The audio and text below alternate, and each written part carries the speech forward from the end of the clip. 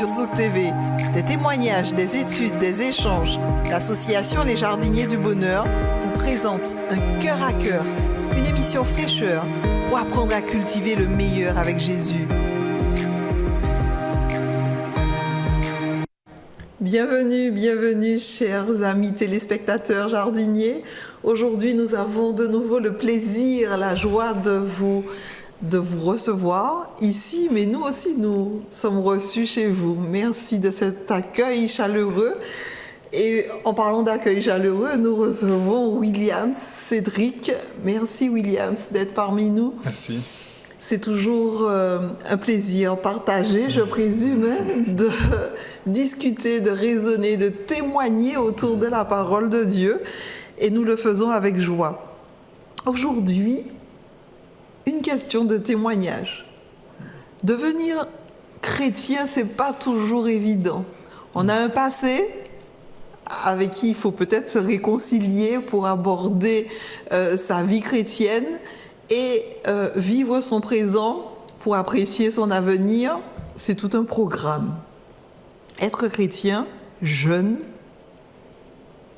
c'est pas toujours évident pour certains, mais c'est une belle expérience, un beau témoignage, un beau parcours de vie. Et je crois que ce parcours de vie peut encourager, réconforter ceux qui parfois peuvent avoir tendance à se décourager en disant « mais c'est pas toujours évident ». Aujourd'hui, nous allons, avant de commencer ce moment de témoignage, nous allons invoquer la présence de Dieu dans ce jardin. Avec William? Oui. Prions. Merci Seigneur pour ce moment. Merci pour ce moment de partage et que ton nom soit glorifié au nom de Jésus. Amen. Amen. Être jeune, un défi rempli de conflits intérieurs en termes d'identité. Est-ce que ça a été facile de changer de vie? Déjà, il n'y a rien qui est facile lorsqu'on essaie de notre propres efforts vouloir changer. Et la beauté dans le christianisme, c'est de voir que Dieu initie le processus de changement dans notre vie. Donc, quand je suis devenu chrétien, c'est pas pour blâmer vraiment le début de ma marche chrétienne, mais de voir que la plupart des personnes que j'étais entouré, c'était beaucoup plus des règles. Oui, vous devez faire ça, tu n'as pas fait ça, vous devez faire ceci. Et parfois, vous pensez que c'est justement ça, le christianisme. Donc, ça amène un point où vous voyez la vie comme le salut par les œuvres. Et vous devenez quelqu'un qui juge des autres. Vous devenez quelqu'un qui pense que vous êtes supérieur parce que telle personne ne pêche pas comme vous. Alors, ça, c'était mes premières années dans le christianisme. Et jusqu'à ce que, vous voyez, on peut venir, premièrement, pour Jésus, mais finalement, ce n'est pas Jésus, c'est les autres personnes qui sont devant nous, qui prennent la place de Jésus. C'est un peu comme Zachée. Exact. Il y a tellement la foule. De ton sycomore. Voilà, il a fallu que je monte sur un arbre pour voir Jésus. Vous voyez? Donc, tellement il y a la foule qui m'empêche de voir Jésus-Christ. Et dans cette foule, ce n'est que, vous voyez, le type de Christ. Chacun propose sa façon de voir Dieu jusqu'à ce que je monte sur un arbre pour voir Jésus-Christ. Ce que je dis en principe que Jésus-Christ m'attire à lui. C'est quand j'arrive à cette rencontre avec lui que maintenant ma façon de voir les choses change radicalement. Je dis waouh! Dans les premières années, je n'avais rien compris. Pas que il y avait les notions, mais la personne même qui fait le changement, je n'avais rien compris. Donc il y a un changement de perception des choses de la vie, un changement de mentalité, on peut dire. Effectivement, parce que quand on rencontre Jésus-Christ, les choses que je voyais comme un fardeau, comme des règles, parfois, moi je suis venu du monde, comme on dit dans l'expression chrétienne, donc parfois on dit on vient de Babylone. Mais vous pouvez sortir de Babylone, mais Babylone doit sortir en vous. Et ce n'est pas un processus qui se fait instantanément. Il n'y a pas de sanctification instantanée. Que personne ne vous dise qu'il n'y a pas. Jésus-Christ l'a dit dans Luc chapitre 5, lorsqu'il parle de personne ne met un vin dans un autre. Vous voyez? Il dit Et je vais lire avec vous pour que ça fasse son sens, parce que dans la 8 secondes, on ne voit pas ce verset qui fait la différence. Mais dans la Darby, qui est proche de la King James et aussi proche du texte original, il y a ce point-là. Donc c'est bien d'avoir plusieurs Bibles alors pour voir, parce que quand on étudie, on doit comparer les textes pour voir tout ça. On a une application Véné et Résonant qui est gratuite. Vous allez voir la signification dans le grec et dans l'hébreu. Et dans Luc chapitre 5, le verset 36 à 39, Jésus dit, il leur dit aussi une parabole. Personne ne met un morceau d'un habit neuf à un vieil habit. Autrement, il déchirera quoi? Le neuf, n'est-ce pas? Aussi, la pièce du neuf ne s'accordera pas avec le vieux. Et personne ne met un vin nouveau dans un vieil outre. Autrement, le vin nouveau rompra quoi? Les outres. Il se répandra et les outres seront perdus. Mais le vin nouveau doit être mis dans des outres neuves. Et tous les deux se conservent. Comprenez bien le langage, il n'y a personne qui ait bu du vieux et qui veuille aussitôt du nouveau, car il dit le vieux est meilleur. En d'autres termes, je viens dans la marche chrétienne, j'avais le vieux vin avant. Et vous voyez? Alors, est-ce que je vais apprécier le nouveau vin directement? On dira pour nos amis qu'il ne s'agit pas... Non, ce n'est pas le vin fermenté. Il parlait de style de vie. Okay. Donc, les choses que j'ai aimées dans le monde... C'est une métaphore, en Voir fait. que Jésus utilise comme il a toujours fait dans les paraboles.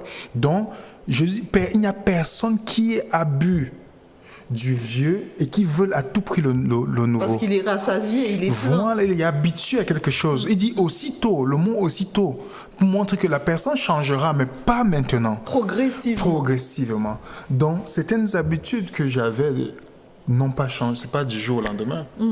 Donc, ce qui fait que, arrivé à ce point, j'ai compris vraiment la véritable sanctification, parce que parfois, les gens tombent dans le découragement quand ils sont tombés une fois. Et parce qu'ils sont jugés aussi.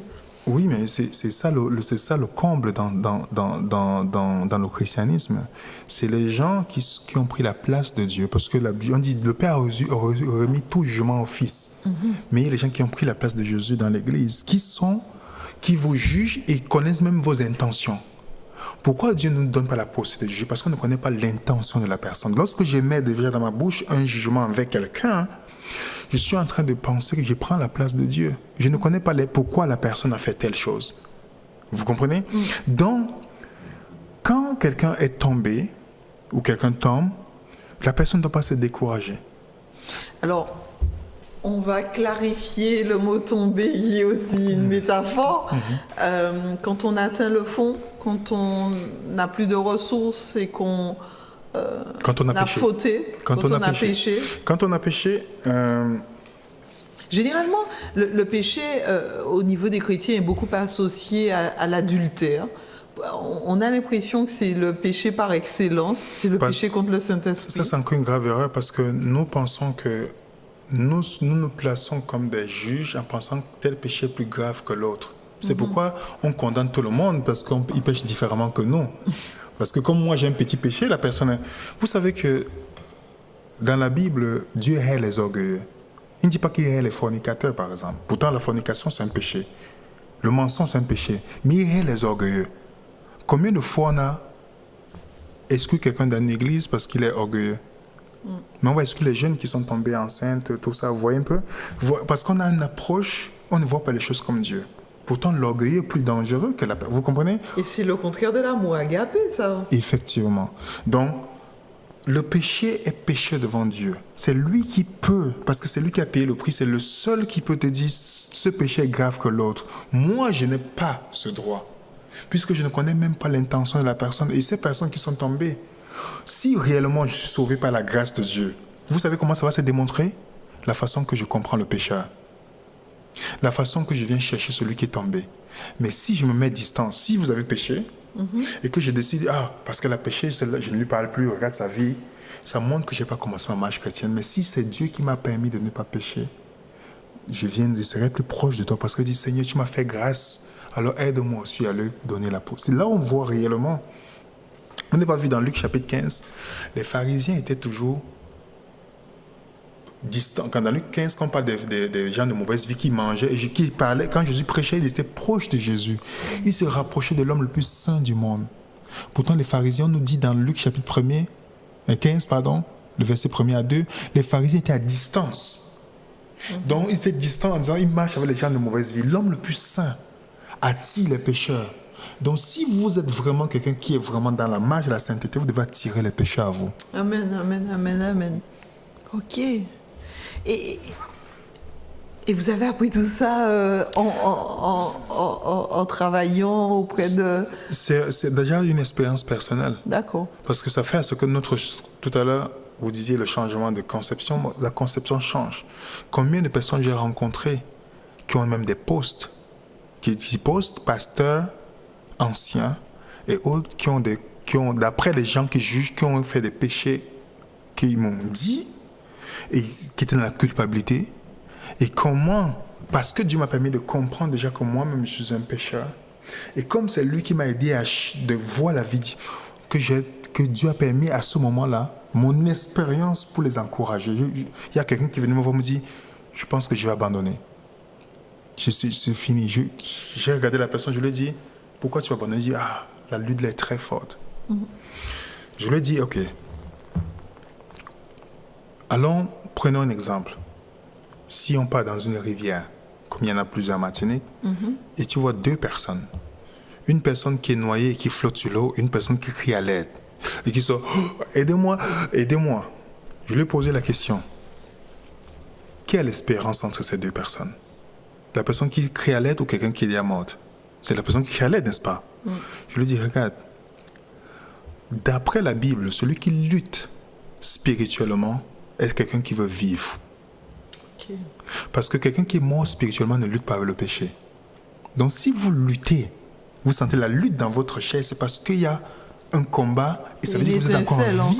Il y a une étincelle, je suis en vie. La personne m'a regardé avec les yeux comme ça, là. Je dis, oui, c'est parce qu'il y a encore la vie en toi que tu luttes. Quelqu'un qui est mort spirituellement ne lutte pas. Donc c'est une bonne nouvelle. Donc la lutte avec le péché, c'est une bonne nouvelle. Mais combien de fois on montre ça comme si c'était une mauvaise nouvelle? Et quel a été en fait ce secret, cet encouragement quotidien de persévérer, indépendamment de ce qu'on entend, indépendamment de ce qu'on voit, en étant jeune? Parce que je pense que son système de valeurs n'est plus le même, ses amis ne sont pas toujours les mêmes. Effectivement, parce que dans le marche chrétienne, il y a les gens que vous considérez comme des amis, mais qui sont en principe pas des amis. J'en ai rencontré plusieurs et c'est une bonne chose parce que ça permet de faire la différence. Et le temps a permis de sélectionner. Et aussi, parfois, on me voyait comme quelqu'un d'arrogant parce que ce que les gens pensent, comme on dit en anglais, I don't care. Donc, parce que quand la personne n'est pas mon Dieu, ce que tu peux penser et dire sur ma personne, je continuerai toujours le chemin que Dieu a mis devant moi. Parce que pour moi, il n'y a aucune personne qui peut me faire obstacle si Dieu ne permet pas. Amen, amen. Donc quand j'ai déjà cette pensée, il n'y a rien que vous allez faire pour m'empêcher. Donc pour moi, le fait déjà de voir que les gens qui viennent vous juger, qui viennent vous condamner, qui disent des choses, qui parlent de votre vie que vous ne connaissez même pas, que vous ne vous reconnaissez pas, et qui vous décrivent comme une personne.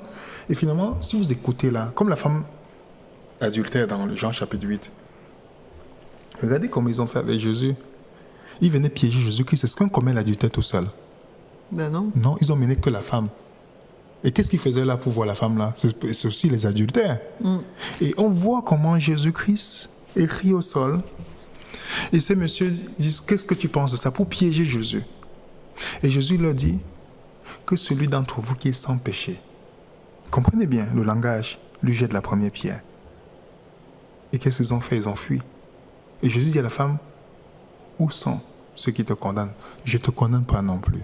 Va, ne pêche plus. Vous savez ce qu'il a produit à cette femme-là?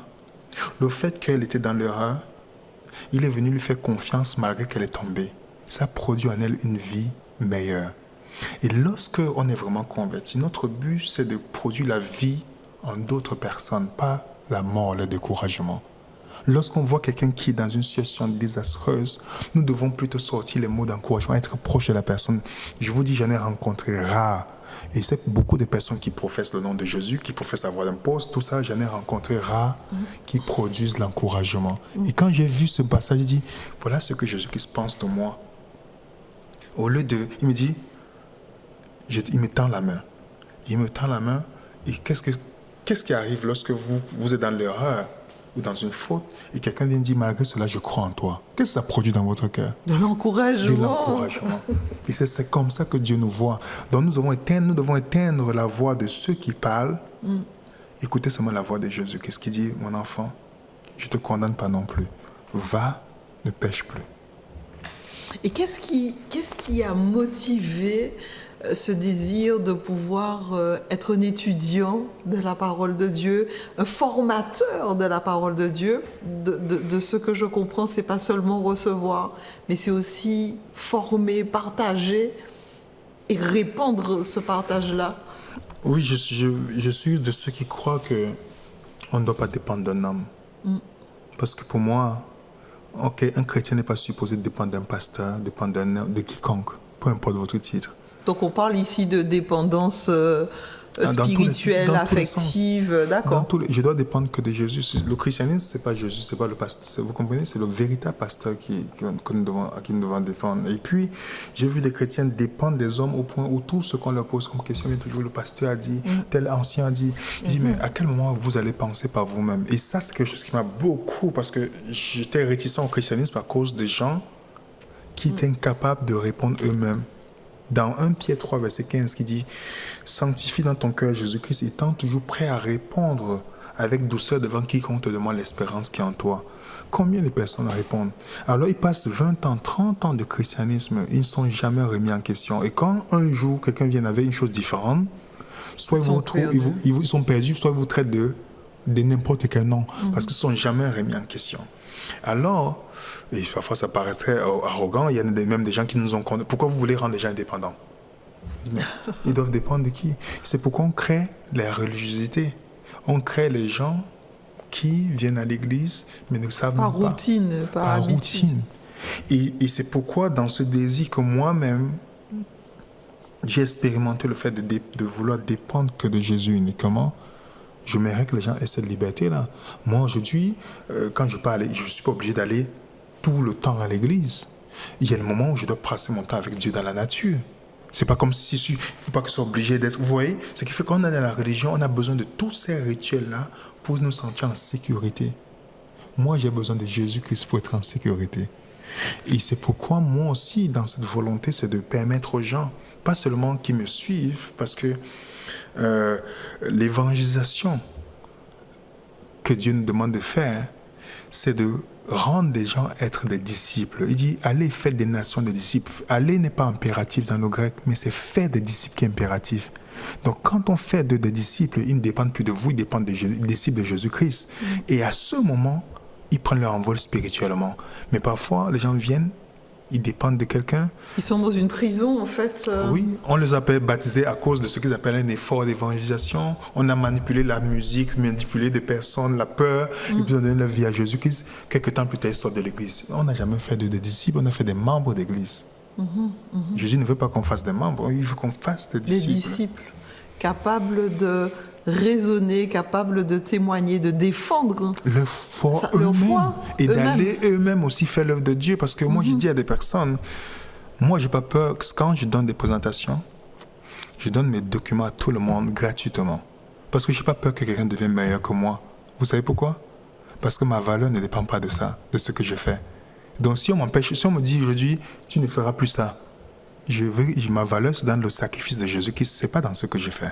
Mais il y a beaucoup de personnes qui tombent en dépression, d'ailleurs, quand ils n'ont plus une responsabilité spirituelle, quand ils n'ont plus une activité, et leur identité s'en trouve entachée, malmenée, parce qu'ils ont une mauvaise perception de cela.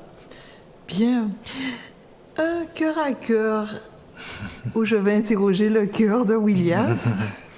Alors, je suppose qu'un bel homme comme Williams a certainement eu à rencontrer des prétendantes sur sa route pour dire mais William, il faut que tu fondes une famille. Arrivé à un certain âge, surtout dans les églises, il y a des moments où beaucoup interpellent les jeunes en leur disant c'est le moment de te marier, c'est le moment de te caser, il y a un âge pour se marier, c'est respectueux, etc. Quels sont les critères pour rencontrer quelqu'un selon le plan de Dieu? On partage du cœur avec nous, sans réfléchir, nous dire ça avec le cœur. Oui, moi je suis pas né dans une famille chrétienne, donc je viens avec une conception des relations totalement différentes. Dans le monde, quand on rencontre une personne, directement c'est physique et autres. Mais quand je suis devenu chrétien, ça a pris un processus pour que ça change. Donc là, on a changé du beau gosse tombeur à celui qui a voulu rentrer dans le plan de Jésus. Si on peut le dire, mais moi je n'ai jamais toujours fonctionné comme quelqu'un qui veut faire tomber des personnes. Parfois on peut attribuer, mais moi j'ai toujours été, je suis quelqu'un de très solitaire. Donc, mais parfois, parce que je parle avec des personnes, on dit tu veux charmer, tu charmes. Mais moi, je ne sais pas ça qui est dans ma tête. Bon, comme c'est un livre dans mes pensées, bon, voilà. Mais donc, quand je suis arrivé à ce point, moi, je pensais que parce qu'on voit une fille à l'église, ça veut dire que c'est une personne à épouser. Moi, je pensais ça. Je me suis mis dans des relations avec des personnes et que finalement, en tout cas, quand je ne suis pas marié, si je ne me suis pas marié dans cette époque, ça, c'est une bénédiction de Dieu. Parce que, pas que les personnes sont mauvaises, mais la personne n'a pas encore atteint la maturité qu'il faut. La maturité spirituelle. Voilà. Et moi aussi, je n'étais pas prêt dans cette période. Donc, imagine deux personnes immatures dans ce domaine. Parce qu'on peut enseigner, on peut faire ceci, mais il y a des choses qu'on ne maîtrise pas, surtout dans les trucs de cœur. Il n'y a que Dieu qui peut nous instruire là-dessus. Donc, ça a pris le temps, en rencontrant les différentes personnes dans la vie, j'ai compris ce que je ne veux pas chez une personne. Ça, c'est une bonne chose. Effectivement. J'ai rencontré des personnes très insécures au point que ça devient une maladie. Dépendante affective. J'ai rencontré des personnes qui, dans leur façon, peut-être vous rencontrez une personne qui passe le temps à parler mal des autres, dénigrer les autres personnes en votre présence. C'est quelque chose que je n'avais pas pris en compte aussi. J'ai rencontré des personnes qui sont là, dans le christianisme, mais leurs objectifs, c'est seulement, vous voyez, un club. Voilà, un club social. Okay. Donc, ils ne comprennent pas leur identité, ils ne comprennent pas leur mission. Donc, dans cette différence d'échec, je ne vois pas ça comme une chose négative, parce que ça m'a permis de savoir ce que je ne veux pas retrouver à la femme que je vais épouser. Donc, avant d'arriver au point que je rencontre la personne que je vais épouser, il a fallu que je passe par différentes situations, différentes phases de ma vie et que je trouve ça instructif. Heureusement que mon cœur n'était pas endurci pour foncer. Vous comprenez? Donc, c'est pourquoi je me plains pas de ça parce que c'est quelque chose que j'ai appris. Mais si je me plaignais de ça pour dire je mets la faute sur les personnes, voilà ça, c'est que je n'avais rien compris. Mais je trouve ça comme une bénédiction. Vous comprenez? Et ça fait de moi, je ne suis pas parfait, mais ça fait de moi quelqu'un de meilleur qu'avant. Absolument. Et meilleur pour qui? Pour la personne que je vais épouser. D'accord, vous voulez être la meilleure personne que cette rencontre pourra... Que cette rencontre va, oui. Okay. C'est ça le but, parce que moi, je ne vais pas dans une relation parce que je cherche, il faut qu'elle soit comme ça. Moi, d'abord, comment je peux être un meilleur mari? Qu'est-ce que je peux offrir? L'offre et la demande, c'est qu'est-ce que j'offre, moi? Qu'est-ce que moi, je vais apporter à cette personne? Est-ce que j'ai compris d'abord mon rôle de souverain sacrificateur? Est-ce que j'ai compris qu'il faut l'équilibre mental et spirituel? Vous savez, j'ai rencontré beaucoup de filles qui n'ont pas une bonne relation avec le père. Ça influence beaucoup les relations.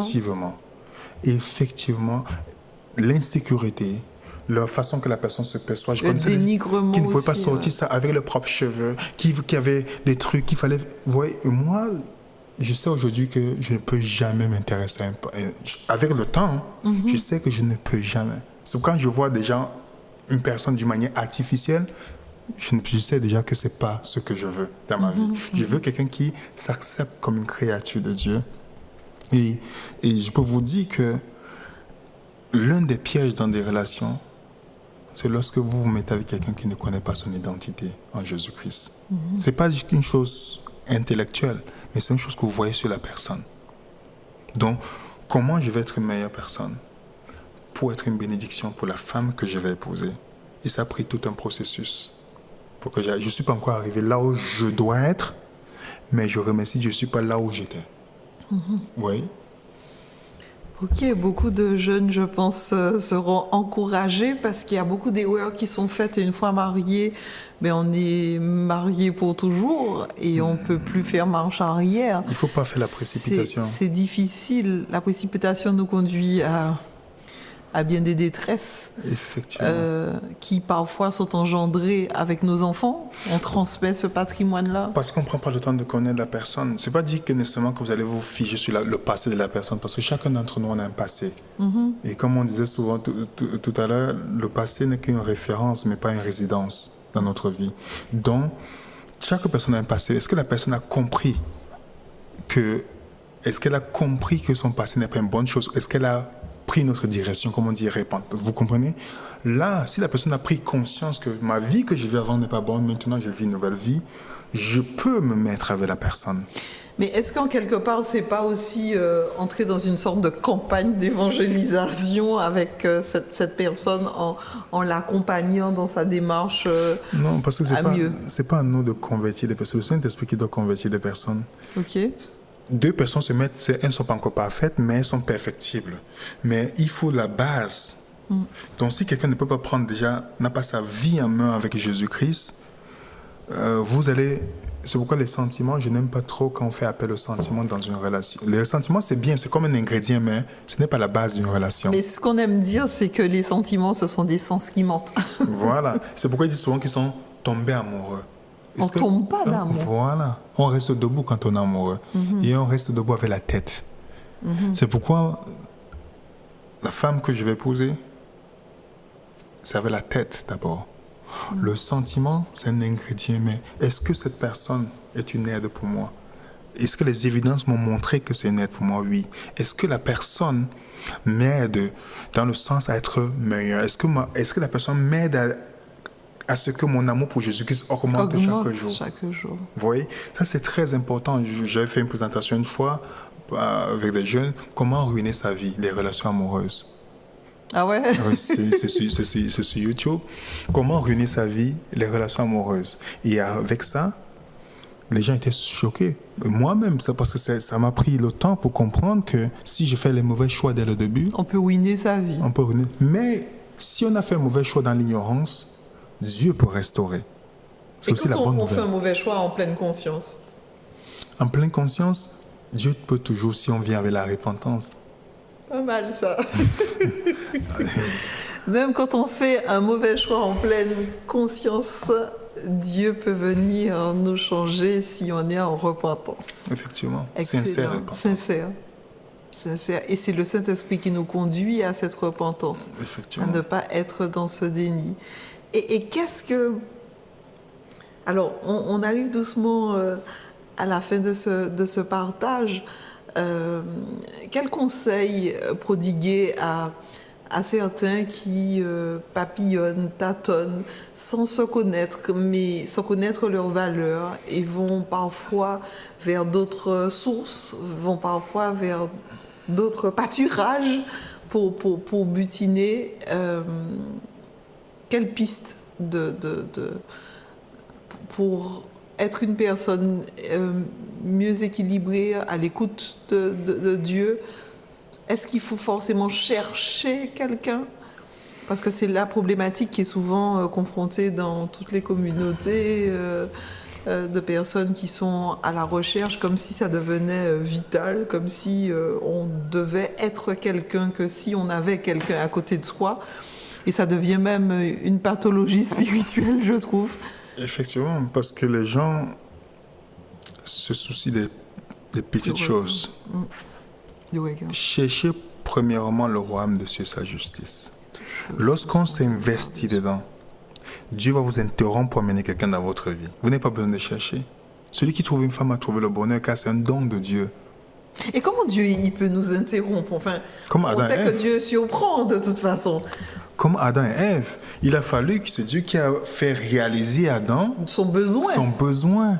C'est pas Adam qui a créé, vous comprenez? Ok. Nous voulons, on pense qu'on a besoin de telle chose. Maintenant, on est dans une gratification instantanée, on veut ça, on veut ça. Mais Dieu dit non. Cherche premièrement le royaume des cieux Et sa et ta justice, justice. c'est toute chose.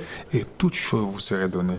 Moi, je pense que si on faisait confiance à ce verset, on ne devait même pas s'inquiéter. Ah ben, c'est le mot de la fin. Cherchez premièrement le royaume et la justice de Dieu. Et toute chose nous seront données par-dessus. C'est ce que nous vous souhaitons. C'est ce que nous souhaitons. Ouvrons notre cœur. Jésus veut certainement encore nous révéler le meilleur. À très bientôt, amis téléspectateurs. Merci, Williams. Merci. Et au plaisir de vous revoir. À bientôt. Sur Zouk TV, des témoignages, des études, des échanges, l'association Les Jardiniers du Bonheur vous présente Un cœur à cœur, une émission fraîcheur pour apprendre à cultiver le meilleur avec Jésus.